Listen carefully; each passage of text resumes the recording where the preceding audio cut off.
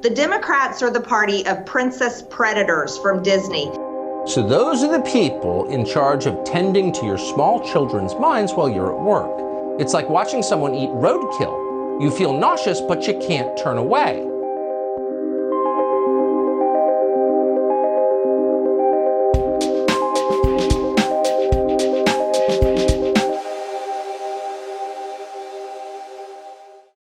In 1994, New York Times journalist Dan Baum was in the process of creating this book, titled Smoke and Mirrors: The War on Drugs and the Politics of Failure.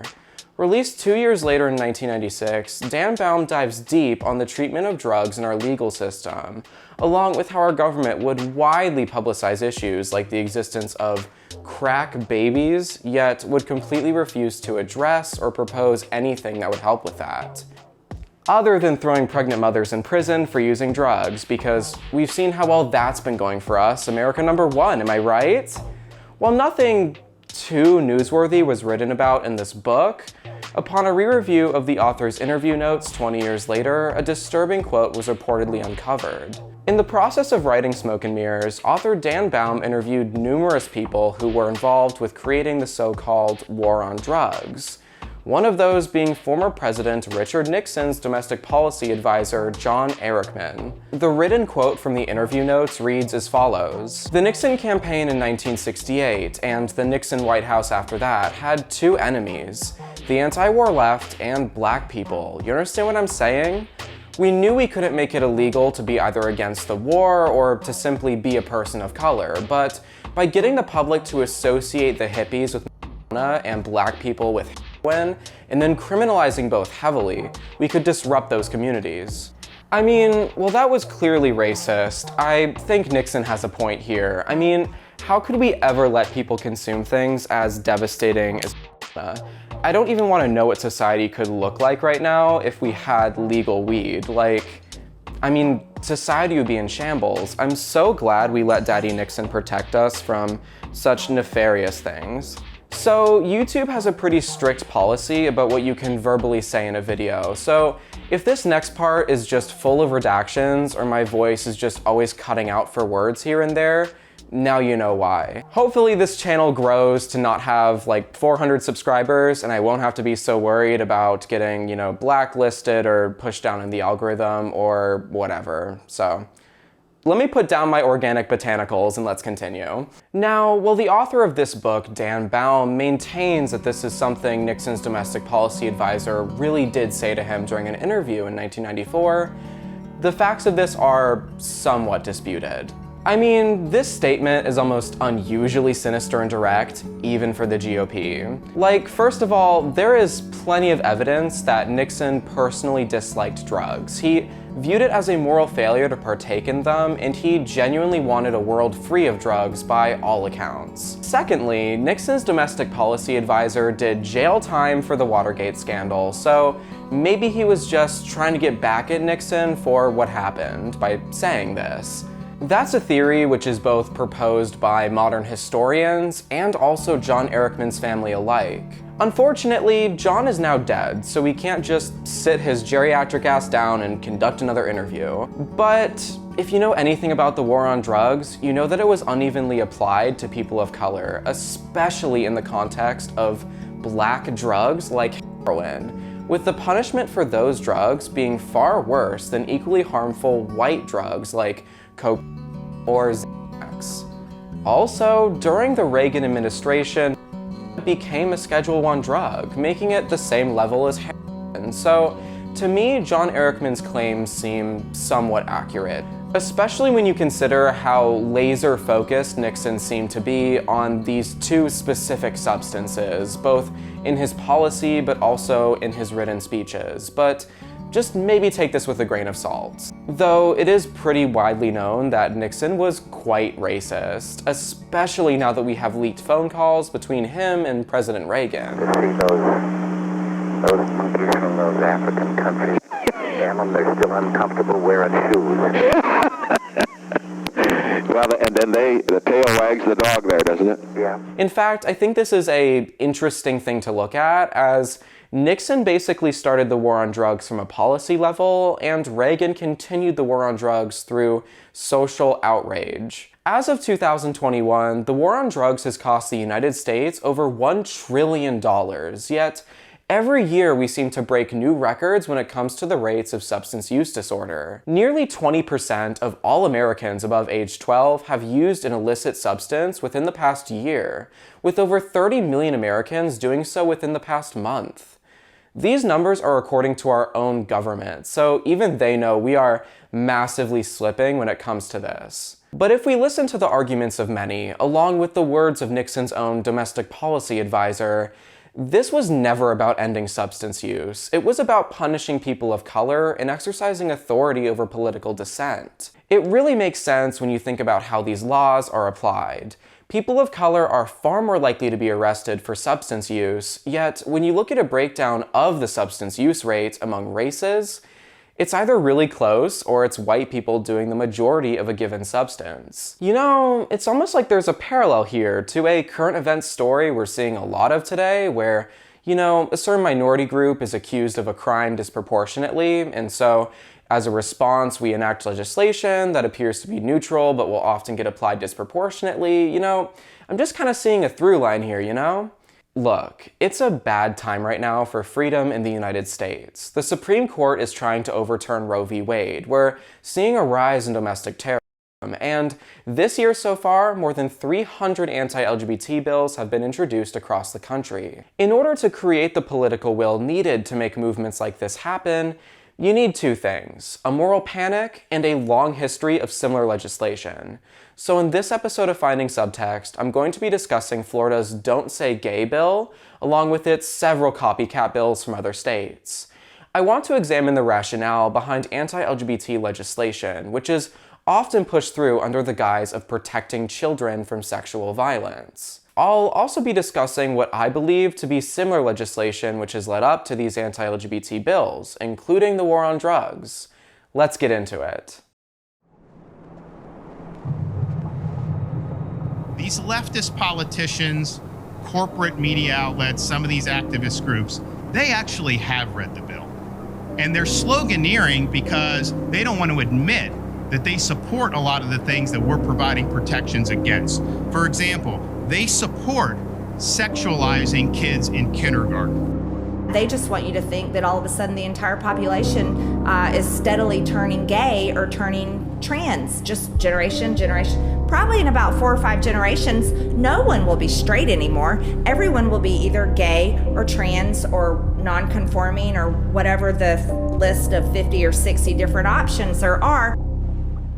Alright, well, I should be safe down here in this underground bunker from the transgender woke ideology that is taking the world by storm. You know, I've seen Tops host in worse places than this. This is a decent venue. When you think of fringe conspiracy theories, or the general rhetoric of the far right, you begin to notice a common thread in their statements. They claim to be acting out of concern for children, regardless of the situation.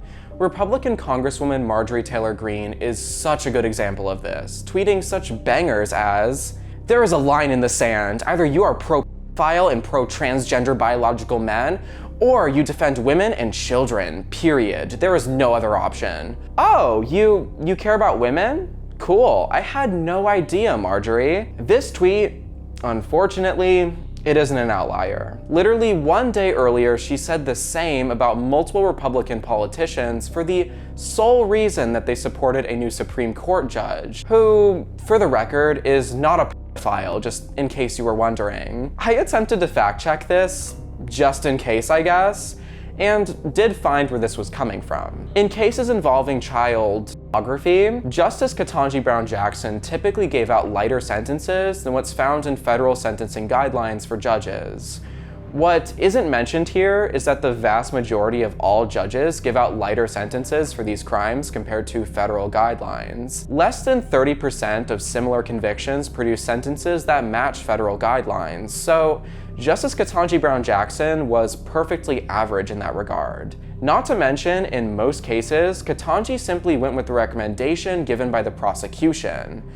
If that makes her a pedophile, the entire legal system deserves the same label. The thing is, protecting children was never the point. The goal is to establish a moral panic. The GOP wants to convince American parents that the worst possible things are happening to children everywhere, and the only way to make it stop is to support conservative politicians. This isn't a new strategy either. In fact, the framework for this moral panic was built over 50 years ago, once again during the Nixon and Reagan administrations. Let's take a step back and look where this all came from. In 1973, a woman by the name of Michelle Smith began seeking treatment from psychologist Lawrence Pazder. She was struggling with her depression and fertility issues, all pretty normal things. She wanted to get help despite the stigma around mental health in the 70s. Despite relatively normal beginnings, things started to take a turn about 3 years into her treatment. In 1976, Michelle told her psychiatrist that she had something to tell him but wasn't sure what it was. Not long after, she began screaming for 25 minutes straight during a therapy session and began talking in the voice of a 5-year-old girl. The psychologist deduced that this must have been a sign that she experienced trauma around the age of 5, and so he put her under several hundred hours of hypnosis until he could establish a coherent story of what happened to her. What followed was a story so intense that it became a book written by her psychologist Lawrence Pazder and co-written by Michelle herself. Released in 1980, Michelle Remembers claimed to be a non-fiction retelling of what happened to Michelle when she reportedly was abducted as a 5-year-old girl and tortured over a year by a satanic cult. Michelle claims that her captors would go to extreme lengths to abuse and punish her, including putting her in a car at age 5 and sending it off a cliff. Now, if you're wondering how that's physically possible without sustaining injury or dying, Michelle claims her injuries sustained during all these satanic rituals were cured by Jesus Christ himself and the Virgin Mary, who personally intervened during a ritual in which the cult successfully summoned Satan through months of human sacrifices. Because this was 1980, and obviously a very different time, society at large believed this. How they thought it was us gays that were mentally ill, and not Karen over here with her child sacrifices is just beyond me, but whatever. This book was treated as fact, not just by the general public, but by news outlets as well. Just a quick aside here, I'd like to mention that it is ridiculously difficult to find archival footage from the news stories about this book. In fact, the online information about Michelle is so sparse. Most of the personal information I have about her is from an archival copy of a Canadian pop culture magazine published in 1980. Yet this book is credited as kicking off the satanic panic of the 80s, 90s, and 2000s.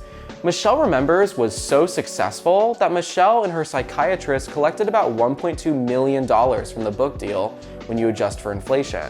There was also a movie deal in the works, but that was ultimately canceled. Michelle and her psychiatrist definitely enjoyed the limelight though, and each other apparently, seeing as they secretly got married behind the backs of their partners. The car thing, or even the human sacrifices, that isn't scratching the surface when it comes to the claims Michelle made in this book. Michelle claims her abductors murdered people in front of her and then fed them to her in the form of ashes. She also claims they'd lock her in cages with snakes, sexually abuse her, and even light newborn babies on fire in front of her. They also apparently surgically attached devil horns to her 5-year-old head and a tail to her spine. Again, all evidence of this was conveniently cleansed away by Jesus himself. The public hysteria that followed this book, it puts Marjorie Taylor Greene to shame. These aren't witches, these are definitely Satanists. You look at these dumpsters, see, this is how occultists talk to each other. This here is a psilocybin mushroom. So probably they had a psilocybin ritual. Daycares all across North America were accused of child abuse and satanic worship.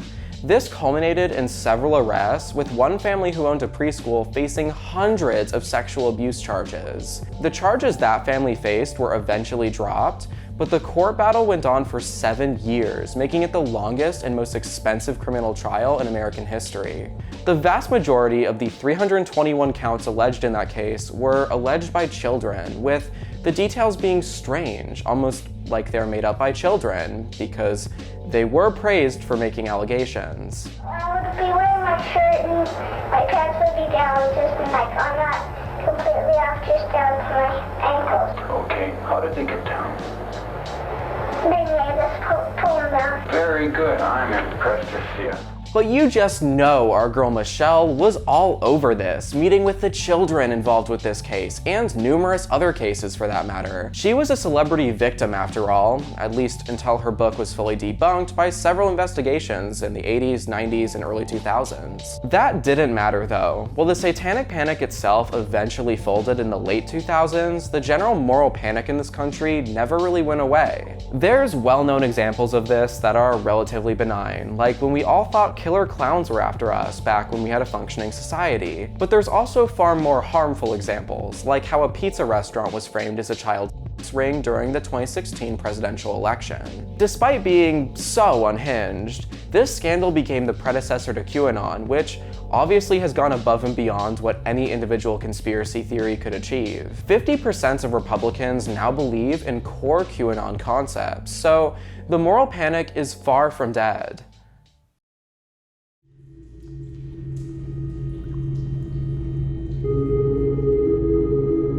The Democrats are the party of teachers, elementary school teachers, trying to transition their elementary school age children and convince them they're a different gender.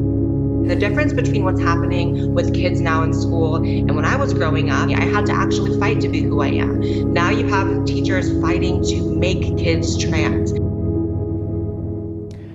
What do these people think elementary classrooms look like? Alright class, I know it's the first day of 3rd grade and that can be really stressful, so let's make this easy and start off with one of my favorite movies. Straight dude destroys security officer's asshole with his huge in the back room. Before we get started, I want to make sure this is a safe space for everyone, meaning no white men allowed. Now, I have enough puberty blockers for 20 students. Does anyone know how to find a vein? While this may be an obvious exaggeration, a large part of this country thinks we're losing control of our children's classrooms. 1 in 5 Americans believe critical race theory is being taught in public schools, and millions believe children are being encouraged by both the media and their schools to pursue a queer identity. Here's the thing about this discussion. It's absolutely stuffed with the most emotional language the GOP can possibly conjure up, which is very consistent with the moral panic rhetoric of the past. Take this clip I played earlier of Florida Governor Ron DeSantis, for example. They support sexualizing kids in kindergarten. They support injecting woke gender ideology into 2nd grade classrooms. Sexualizing kids in kindergarten, a woke gender ideology. This is all very emotionally charged language, and what exactly is the source of this? Well, one common thread I've noticed in most of the conservative news stories about this is an emphasis on secretly recorded footage of conferences where teachers, media executives, or really anyone in power is strategizing how to bring queer representation into their company, school, or group. An example used on Fox News was a leaked Zoom call where teachers discussed how to best support their queer kids who wanted to attend an LGBT club despite having parents who were against it. Another far more common example is Disney's agenda to sexualize children and introduce gender ideology, which is something Florida Governor Ron DeSantis repeatedly references. One of the things that really bugged me were these Zoom videos with all these people that are high up in Disney talking about how it was their intention to inject sexuality into the programming for these very young kids. You know, when we were young, you could watch cartoons without having to worry. Now parents have to sit there and worry about what are they trying to inject in? What type of ideology are they trying to pursue? And that is wrong. The headlines that came after this Zoom call was leaked, they are really something. Leaked videos show Disney employees boasting about forcing LGBT agenda into content. Disney execs promote not-so-secret gay agenda in leaked internal video. I'm quitting Disney after seeing it boast about pushing gender theory. Wow, that leaked Zoom call must have just been abhorrent. Let's take a look from our favorite gay conservative, Dave Rubin. Disney had an internal meeting of a ton of higher-ups. They did this internal meeting about the Don't Say Gay bill and how they intend to continue to infect people with this woke bullshit. So just take a look and listen to these series of people who they want your kids.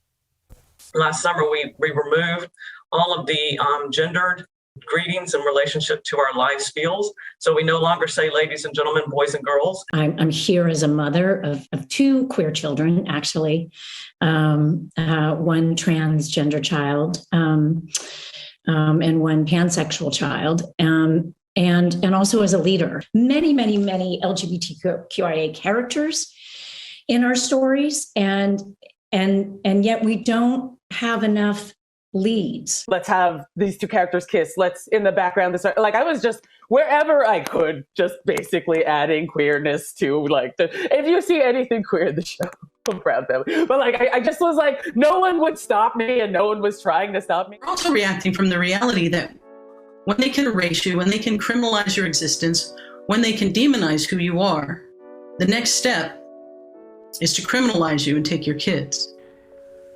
Am I missing something? This is pretty much as boring as any corporate Zoom meeting is. So conservatives took a perfectly average corporate meeting that happened to be a response to a recent controversy that directly involved the company and turned this into infect people with this woke bullshit. They want your kids.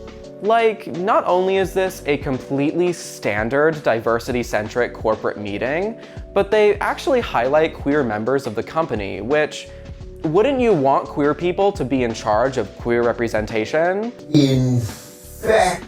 Have I drank too much soy or something? Because I seriously do not understand what the fuck is going on right now. Like, is Dave Rubin, a gay man, need I remind you, angry that gay people work at one of the largest companies on Earth? Look at his delivery. He's acting like he just watched someone set a kitten on fire in front of him in the studio. Okay, let's stop getting into the weeds here. In March of 2022, Florida Governor Ron DeSantis passed the so-called Don't Say Gay bill, HB 1557, which claims to put an end to the epidemic of teachers grooming children with age-inappropriate discussions of sexuality and gender, which was apparently happening, unbeknownst to me, a proud member of the liberal mob. The most important lines of this bill are section 98 through 101, which read as follows. Classroom instruction by school personnel or third parties on sexual orientation or gender identity may not occur in kindergarten through grade 3 or in a manner that is not age appropriate or developmentally appropriate for students, in accordance with state standards. That last part is very important because even Ron DeSantis himself claims this bill only affects up to 3rd grade, when clearly there's a second clause there that applies to all grade levels, though it is at the discretion of educators and state standards, which we'll see what those look like, I guess. But honestly, that's not the most disgusting part. And yes, I am going to drop any semblance of fence sitting here because I believe this next section of the bill to be needlessly cruel to children and generally disgusting. On lines 67 to 78 of the bill, the language stipulates that any well-being related issues are required to be reported back to the child's family, which can include sexuality and gender identity, and that this is to enforce the parent's right of control over the child's upbringing. This can apply to all grade levels, by the way, at least from both my understanding and also most experts' interpretations of the bill. This is one of the few times I've researched something for this channel and become genuinely furious. This clause was the sole reason I made this video, actually. The fact this doesn't have people screaming from the rooftops, it makes me lose so much faith in society. Even well-meaning parents appear to not see the problem here, so let me try to make it a little more clear. In addition to forcing school staff to report back to families if they even hear that a child might be gay or trans, there's also language in this section of the bill that requires schools to report if a child is seeking counseling or mental health services and allows the parent to pull the child out of those programs uncontested. Thankfully, there is a line here saying that this may not apply in situations of abuse or neglect, but this is entirely subjective and dependent on the personal beliefs of educators and school staff, which, considering they'll probably be trying to dodge a lawsuit or complaints, they're typically just going to throw the queer child under a bus. In the last several years, there have been multiple instances of children as young as 8 being murdered by their parents because they were either outed or suspected of being queer. And those are just the ones we know about and have corresponding news stories attached to them. This doesn't include the numerous cases of children committing suicide after experiencing abuse based on their queerness. An average of 42% of LGBTQ youth have strongly considered suicide in the past year, with trans kids having suicide ideation rates as high as 59% when you factor for race. The rate for non-LGBT kids is 18%. Making queer kids more than twice as likely to consider ending their own lives. The conservative explanation for this is that the children have been corrupted with queer ideology, so of course they're unhappy. They imply being queer is inherently a bad thing that forces people down a road of misery. Why else do you think that even Dave Rubin uses words like infect to describe queer minors? Which is ironic considering he and his partner are having 2 surrogates this year. They want your kids. It just really goes to show that most of these people are either indoctrinated with an incoherent ideology, or they are just parroting information that they don't personally believe in for profit, because these conservative empires, these media outlets, these commentators, they all make tons of money. The reality, bared out in both every comprehensive study that exists, along with the experience of LGBT youth, is that this is simply an example of the minority stress model, which is a theory that basically lays out the obvious, that experiencing discrimination results in a whole host of depressing shit. You might want to end things if everybody in your school and your family is, constantly demonizing something that you can't really help. This is why educators are trying to quietly introduce gay books in the library, or scheduling the LGBT club during lunchtime so their parents don't have an excuse to not let them go. It's so less kids die at the hands of negligent parents or cruel adolescent peers. These school staff are literally trying to save lives. How heartless do you have to be to know that parents sometimes kill their own kids over this stuff, yet promote legislation that makes that happen more often? In response to this, I've heard many people say that, well, there aren't that many gay kids anyways. They all come out when they're pretty much adults, so this really isn't affecting that many people. Nothing to really make a riot about. Which, first of all, it's not the 1980s. We're not, members of ACT UP only. This is not something that is only affecting adults. This is not something that you just, turn gay the second you turn 18. That's not how it works. As acceptance increases, more people come out of the closet and at younger ages, which is why Gen Z, now 20% of us are queer. And so when well-meaning adults say, well, this isn't affecting that many kids anyways, it really makes me wonder, are people okay with some kids dying as long as it's just not too many thousands? And the thing is, I could sit here and tell the internet about my childhood suicide attempts, how my family disowned me for being gay, and how when I tried to seek refuge at my high school, both the faculty and my peers were extremely homophobic. But it doesn't matter, because there will always be a response saying, well, your experience isn't that common, or, that's just not affecting that many people. Y'all realize sexuality is taught to kids all the time, right? I guess it's just not a problem because it's heterosexuality, the silent default that's always child appropriate. The worst thing about this bill is it sets a precedent, a vibe, if you will, for the rest of the GOP. In Alabama, because of Bill SB 184, it is now a felony punishable by 10 years in prison to provide medical care to transgender minors. Countrywide, more than 300 anti-LGBTQ bills have been proposed in 2022 alone. Considering 2021 was a record-breaking year with 150 anti-LGBT bills proposed, we have doubled that, and we are barely 5 months into 2022. During the production of this video, a draft opinion by the Supreme Court leaked online. While the draft opinion focused on the Supreme Court's attempt to overturn Roe v. Wade and make abortion inaccessible to millions of Americans, there were also mentions by name of Lawrence v. Texas and Obergefell versus Hojez specifically. These 2 rulings legalize sodomy and gay marriage respectively, and should these rulings be overturned for the same reasons as abortion, we're going to effectively undo the gay rights movement at a federal level. Need I remind you that abortion is just as overwhelmingly supported as gay marriages in this country? The rationale for this, at least according to the writer of the draft opinion, Justice Samuel Alito, is that we must rely on history and tradition to determine our rights.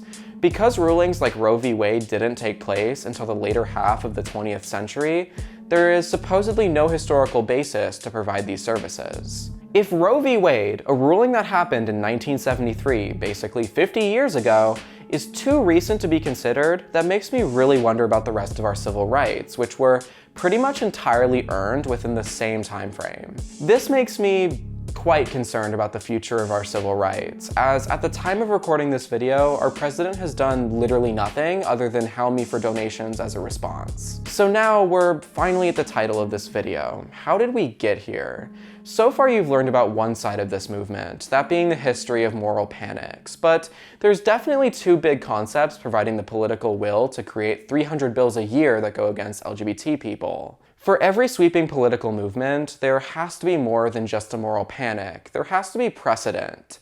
You can't just put out something like the Don't Say Gay bill if you haven't put out similar laws in the past for similar reasons. Otherwise, the public will notice just how cruel these practices really are. So with putting myself at risk for a false equivalency here, I think we need to talk about the war on drugs.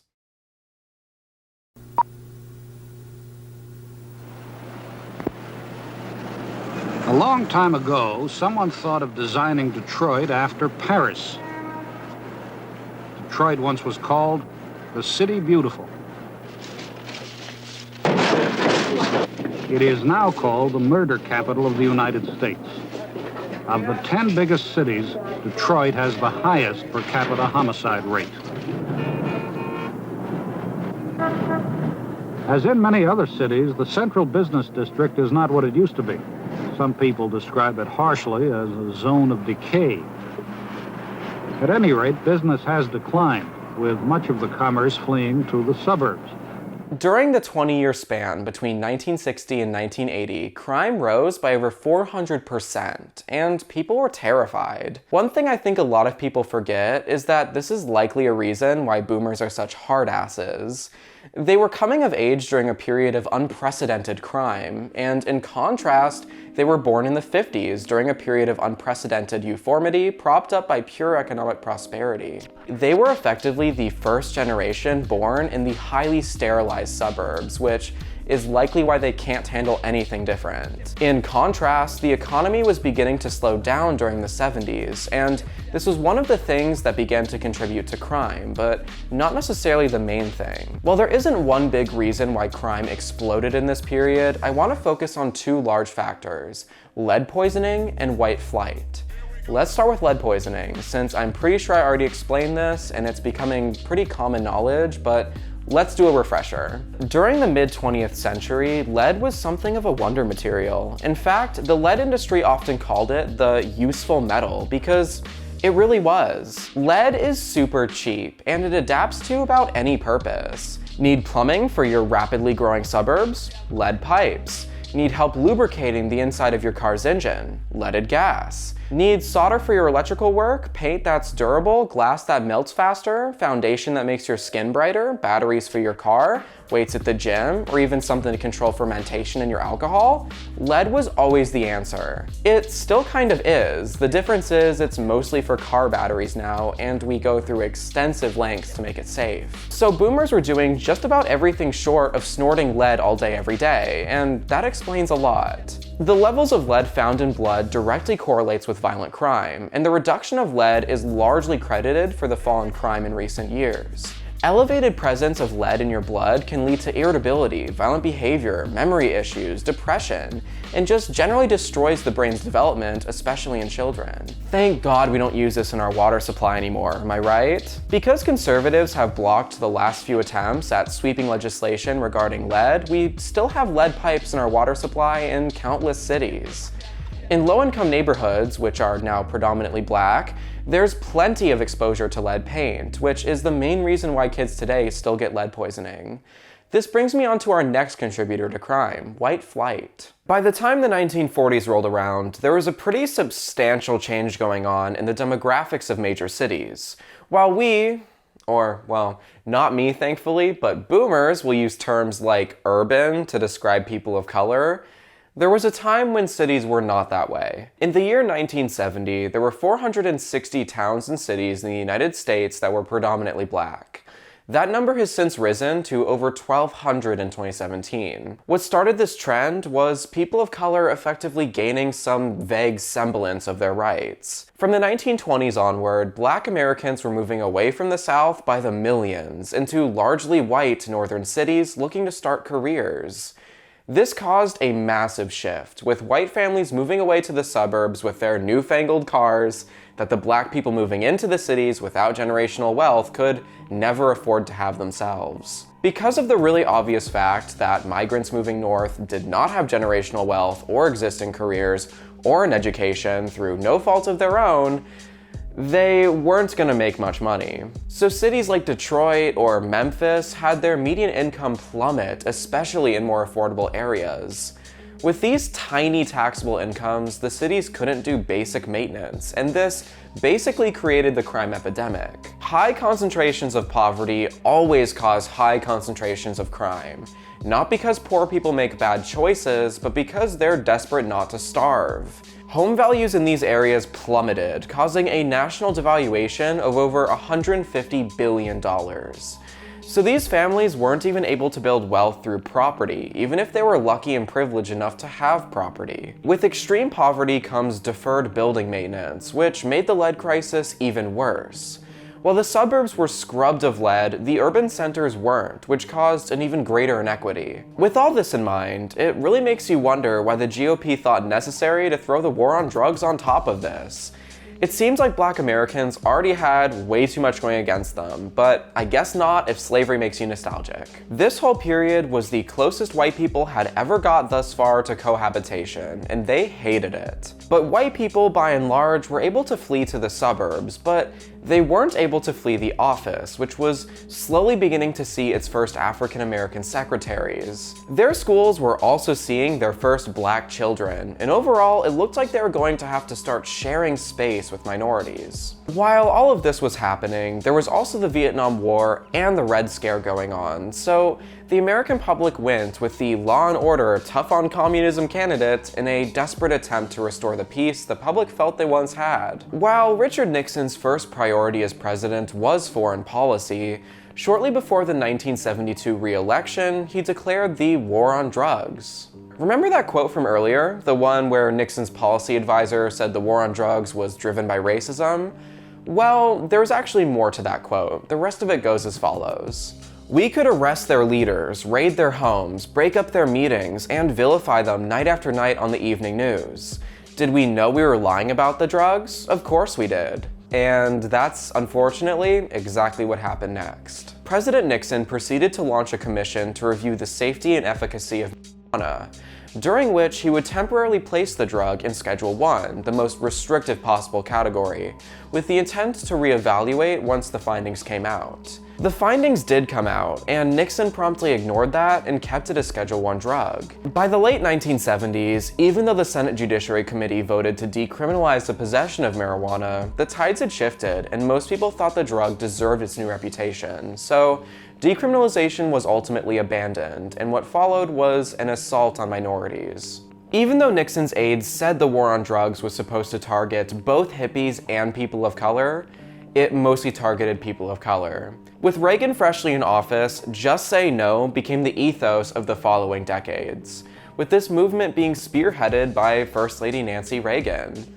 Apparently sucking dick was really the only thing Nancy Reagan was good at, because this did not lower the rates of drug use or incarceration. By the mid to late 1980s, zero-tolerance policies, deadly no-knock raids on residential homes, and mandatory minimum prison sentences had swept the country, even in states that attempted to decriminalize possession just 15 years prior. The amount of people in prison for non-violent drug offenses exploded from 50,000 in 1980 to 400,000 in 1997. In some states, there are currently 9 Black people for every white person in prison, despite similar drug use rates. While Nixon launched the war on drugs, the Reagan administration helped it blossom, infusing it with moral panic by involving children. That's what got us the infamous and very ineffective DARE drug education program in schools, which I was one of the few Gen Z kids old enough to remember. Dare to keep a kid off drugs.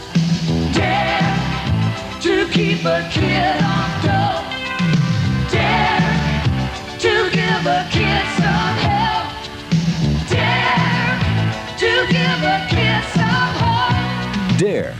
Drug Abuse Resistance Education is a prevention program that works. Even to this day, marijuana remains a Schedule I drug, with my favorite nursing home candidate refusing to do much on the issue. The war on drugs is just one of hundreds of political movements chock full of unbiased legislation which is used to achieve biased ends. All of these movements that still exist today, they started as a reaction to a rapidly diversifying America. Uncomfortable white people, thinking they weren't racist like their ancestors, enacted policy that wasn't racist per se, but effectively prevented the integration that was on its way to happening. Why else do you think Americans still actively modify zoning restrictions based on race and class? It's to make sure schools remain extremely segregated to this day, especially in certain regions. This is what I believe to be happening, albeit to a far lesser extent, with the LGBT community. I don't think it's a coincidence that we legalized gay sex less than 20 years ago and gay marriage less than 8 years ago, only for us to break records every year with mountains of anti-LGBT legislation. We are at our most visible, and the general public has had to begin coexisting with us really recently. As tolerance grows with every generation, people are coming out as queer in growing rates, with 20% of Gen Z, or 1 in 5 Americans under 25, identifying as queer in some way. This is not something the GOP likes to see, and while they'll claim to support us and occasionally spotlight the most boring cis-white gay men they could possibly find on Grindr, that doesn't mean they're not actively rolling back our rights. And while this video is almost done, I'd like to talk about a relatively disturbing trend I see, that being a resurgence of the queer pedophile trope, as I believe that to be a strong force behind the moral panic side of this movement.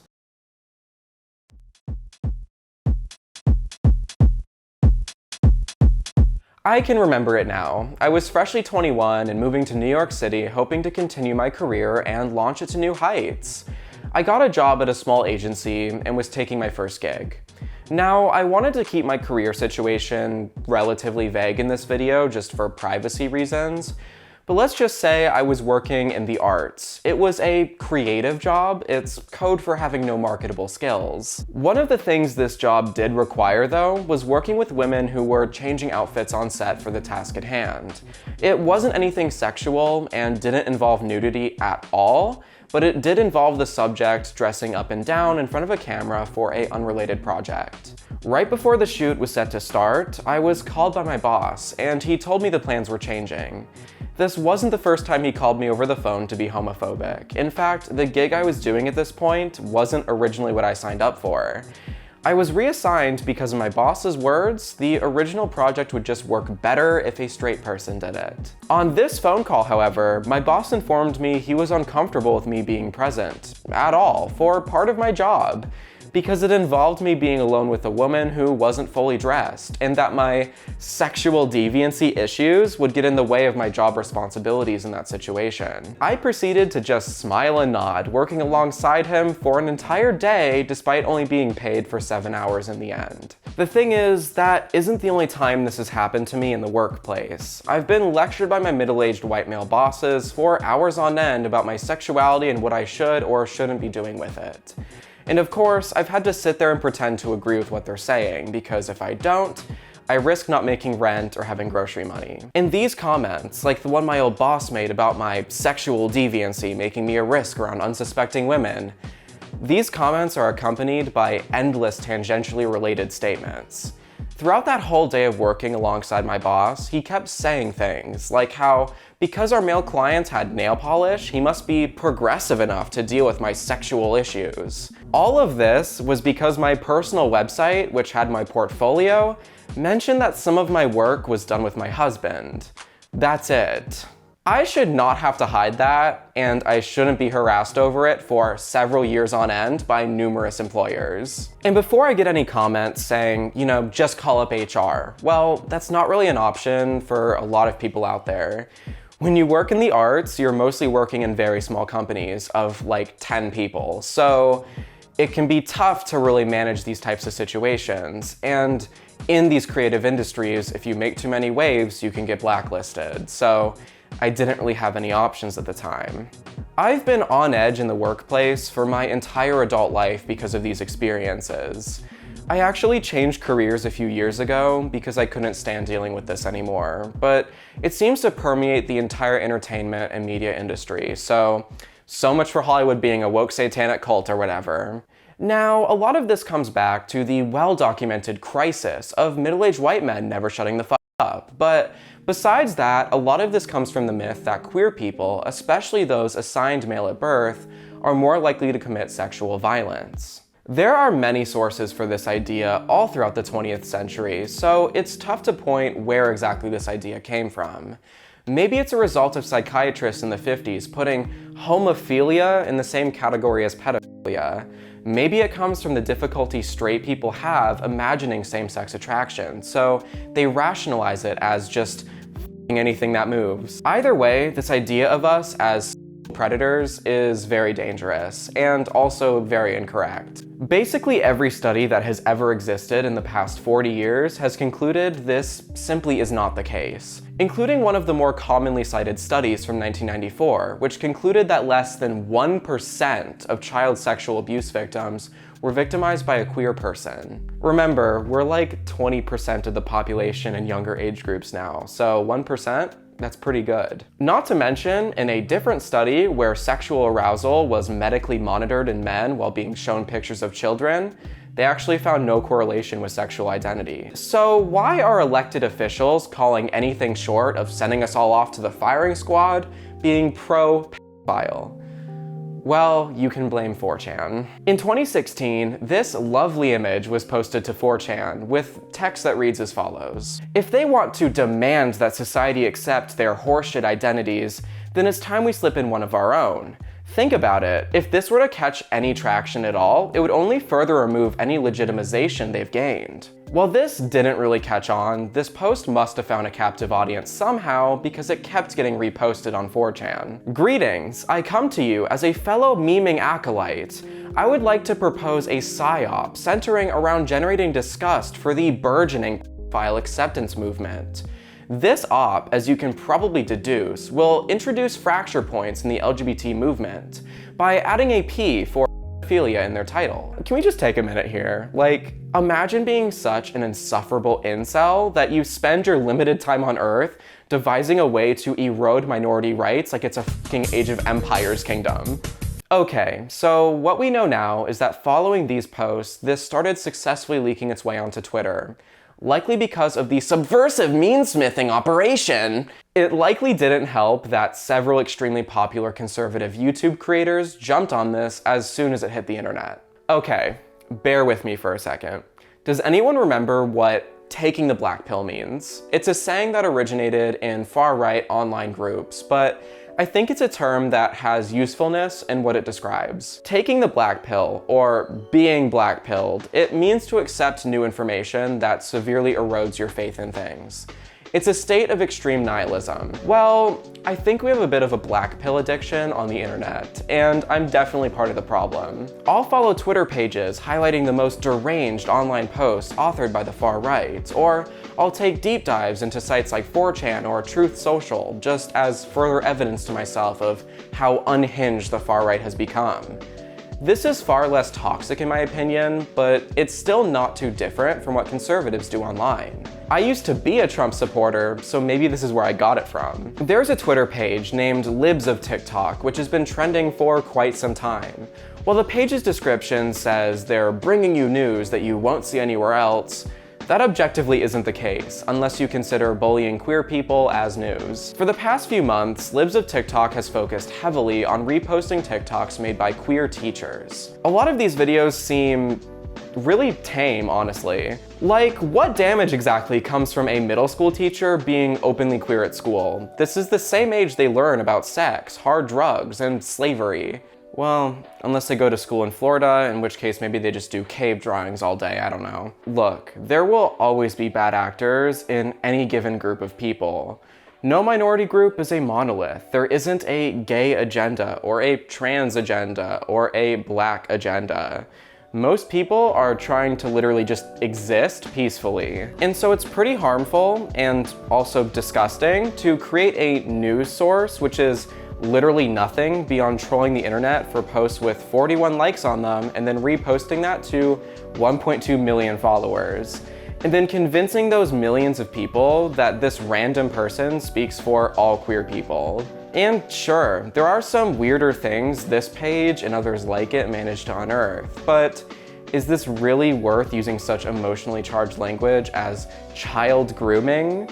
And grooming them for what exactly? Being gay or trans? And, you know, you have to go through a multi-year process with psychiatrists and other specialized doctors to medically transition. So the worst case scenario we're talking about here is a child trying out new pronouns and finding out later that they didn't want to use them anymore.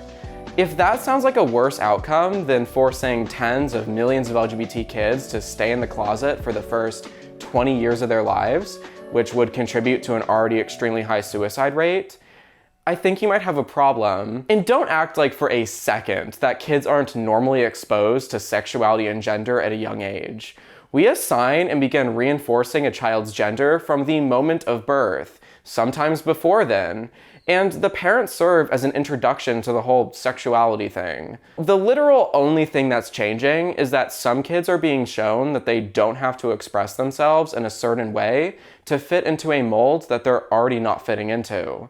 If anything, we're basically teaching them consent, which is the opposite of grooming.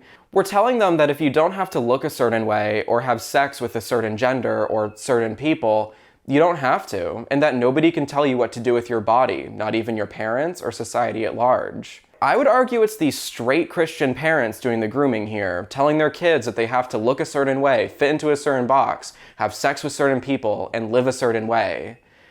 That seems like the real grooming here. Anyway, that'll be it for this video. I want to thank you guys so much for watching this video. I'm so glad to be back making these, and if you enjoyed this video, it was a lot of work to make, so please feed the algorithm by liking, commenting, and subscribing. Anyway, thank you guys so much for watching once again. I'll see you in the next video. Bye.